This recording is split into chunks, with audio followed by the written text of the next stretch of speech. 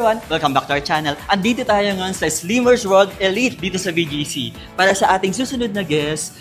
Paano kaya niya nagagawa itong fitness journey niya at the age of 60 plus? Yes mga ka-IWAPs, senior citizen na siya. So tara, samahan niyo kami!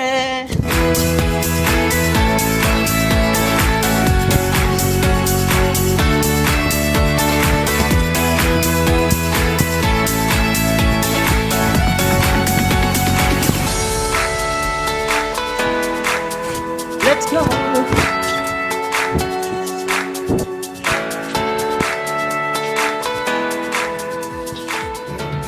Hi! Hi!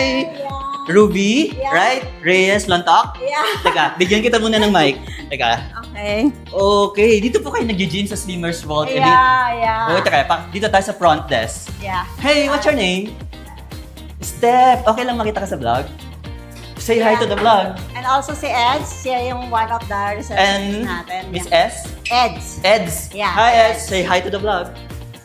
So, bali ito yung reception area nila. Dito Yeah, sila this is the reception. mag-i-inquire, Yeah. mag skills ngayong araw na to. And not Pero- bad, Abel. Pero That sige, will subukan do. natin. Wala tayong warm up. Oo Kasi, Kailangan ng warm up sa ganito sometimes in everything that we do in the gym, we need to warm up para ayan, that one. Wow. So, Pwede guys. si Abel pala yung model natin. Kahit walang warm up. Mahirap. Okay. So, ito, favorite. Tsaka ito. Yeah, but with the assistance of my physical trainer. Yeah, I Ang cannot saya do that dito. by myself Parang only gusto ko mag-member dito. Yeah, why not? Diba? Yeah.